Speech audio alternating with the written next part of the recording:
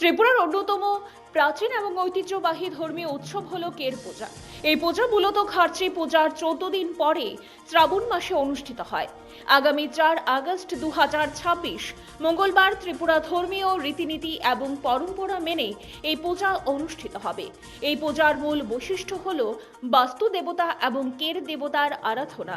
কঠোর নিয়ম কানুন এবং আড়াই দিনের জন্য নির্দিষ্ট সীমানার মধ্যে সমস্ত সাধারণ এবং আনন্দ অনুষ্ঠানের বন্ধ রাখা হয়। ত্রিপুরার রাজাদের আমল থেকেই এই পূজার প্রচলন হয়ে আসছে। রাজ্য এবং জনগণের মঙ্গল এবং বাহ্যিক শত্রু এবং মহামারী থেকে রক্ষা পাওয়ার উদ্দেশ্যে এটি করা হয়। খার্চি পূজার প্রায় 1 থেকে 2 সপ্তাহ পর সাধারণত জুলাই এবং আগস্ট মাসে আড়াই দিন ধরে এই পুজো চলে। ত্রিপুরার রাজ ঐতিহ্য অনুযায়ী প্রধান পুরোহিত এবং চন্তাই এর পরিচালনায় তান্ত্রিক মতে এই পূজা সম্পন্ন হয়।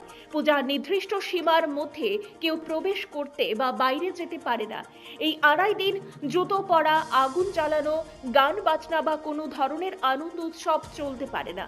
এই পূজায় অর্ঘ্য, বলিদান এবং একটি নির্ধারিত সীমানা রয়েছে যা উভয় মানুষকে বিপর্যয় থেকে রক্ষা করে এবং বহিরাগত আগ্রাসন থেকে রক্ষা করে।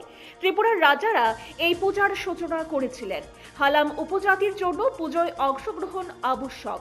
প্রাকৃতিক দুর্যোগ, ঝড়, ভূমিকম্প কিংবা রোগ ব্যাধি থেকে রাজ্যবাসীকে রক্ষা করার জন্য এই পূজা করা হয়।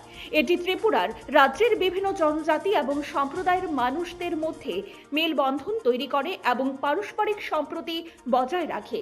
ত্রিপুরার নিজস্ব সংস্কৃতি এবং শতবর্ষের সনাতন বিশ্বাসকে টিকিয়ে রাখতে কের পূজার ভূমিকা অপরিসীম। ব্যুরো রিপোর্ট, পজিটিভ বার্তা।